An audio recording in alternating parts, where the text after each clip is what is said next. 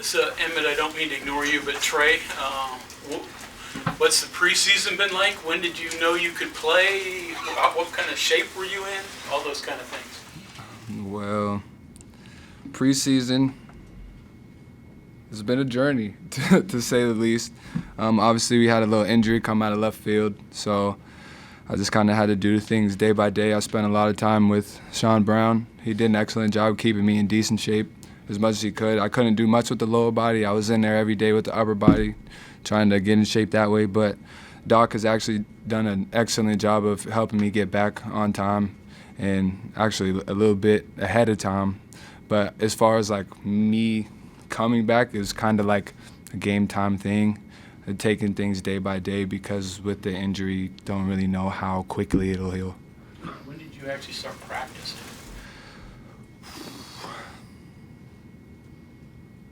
I mean, I actually haven't even been through a full practice yet. I was,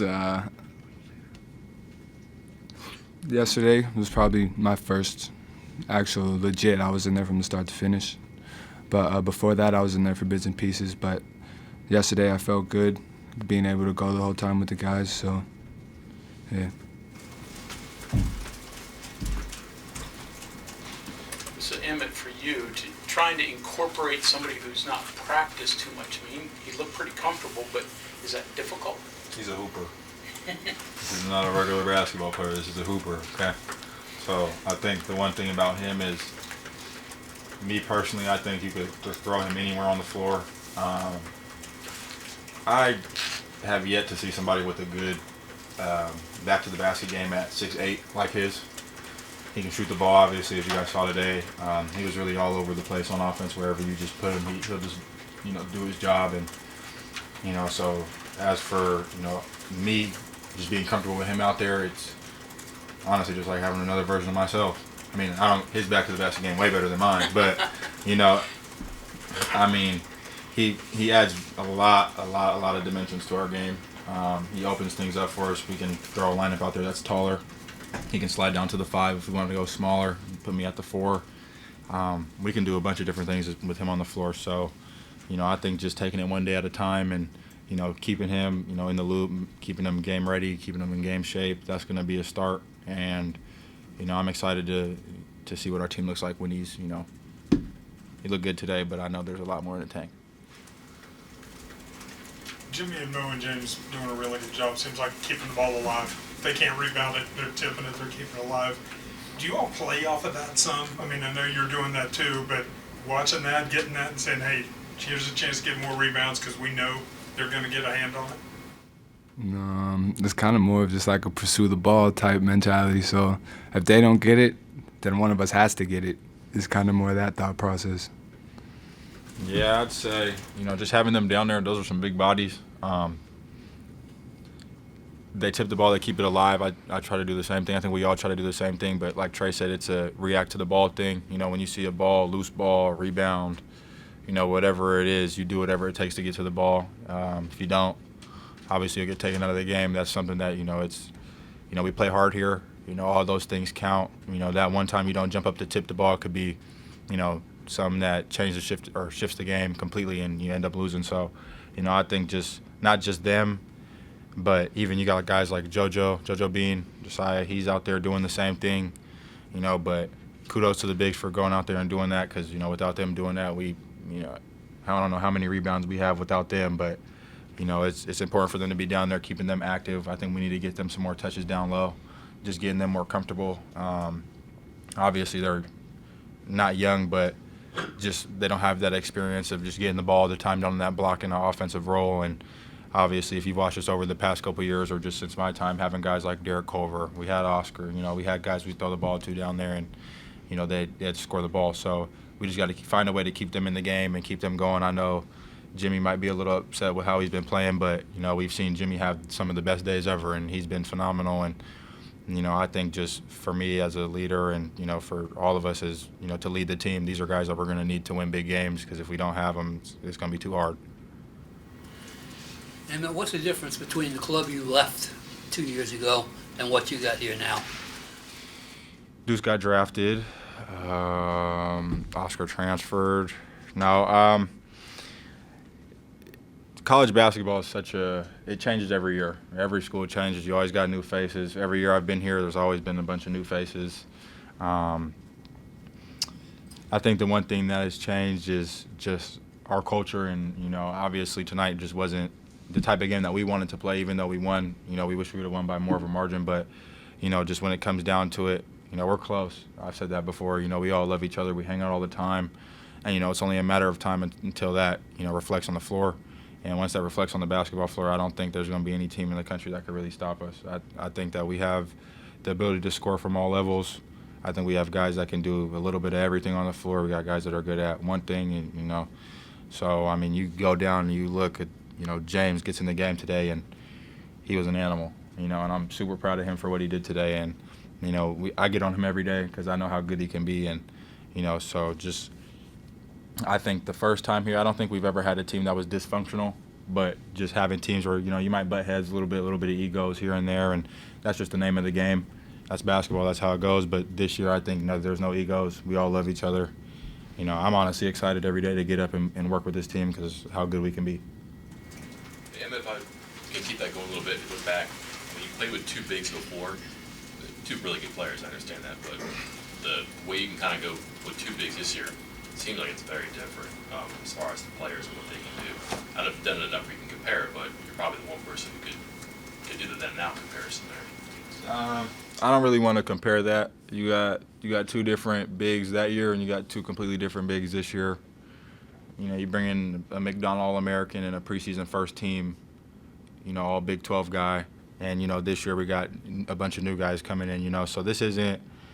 I don't want to play the comparing game. I think, this team here with our bigs, it's just a matter of time until they get comfortable.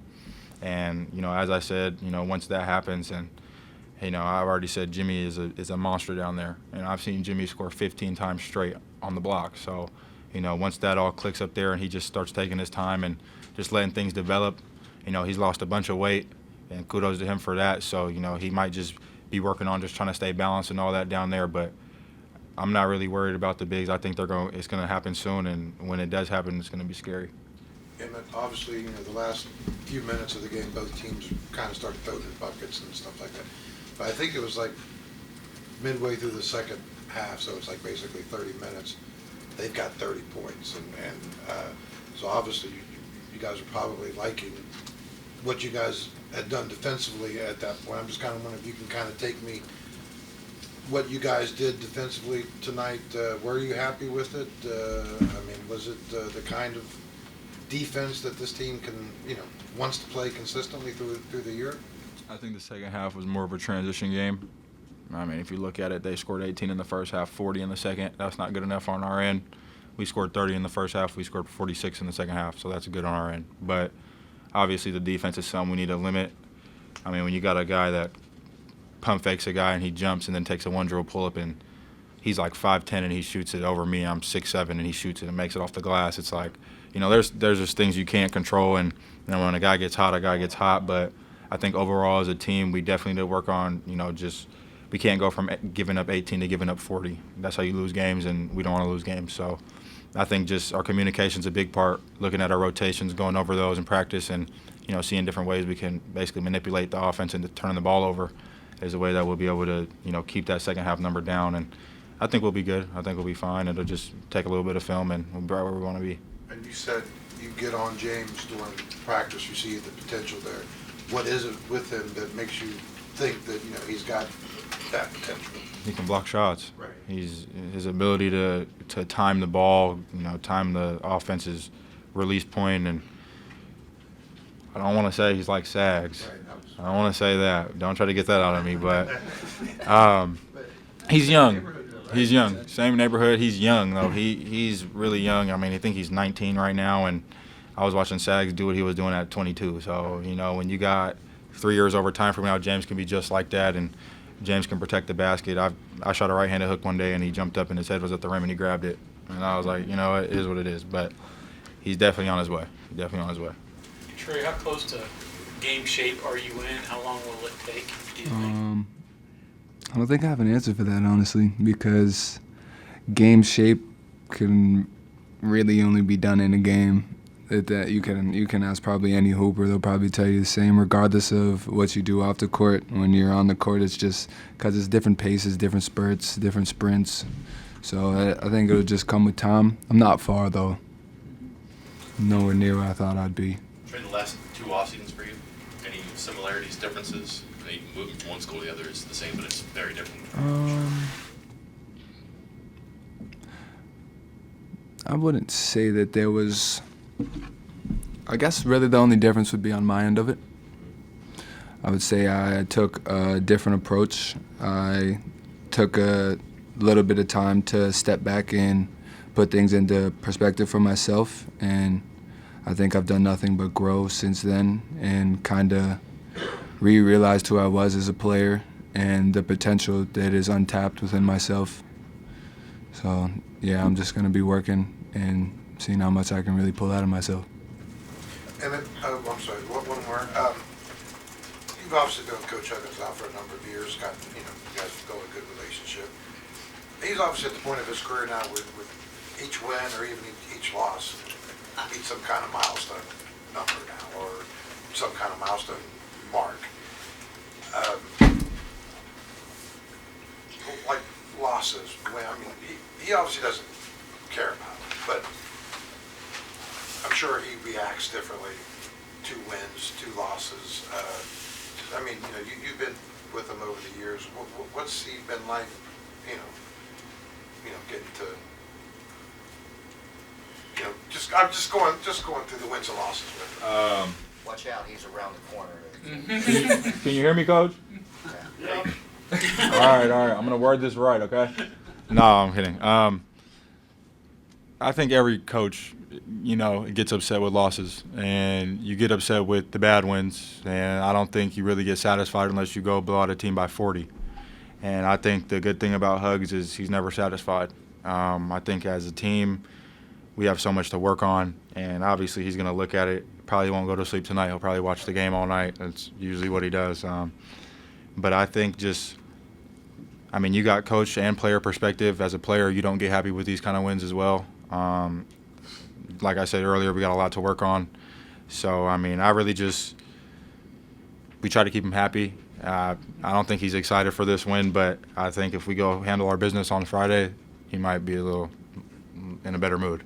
So, as for he's a legendary coach. We already know that. We got a bunch of wins under his belt.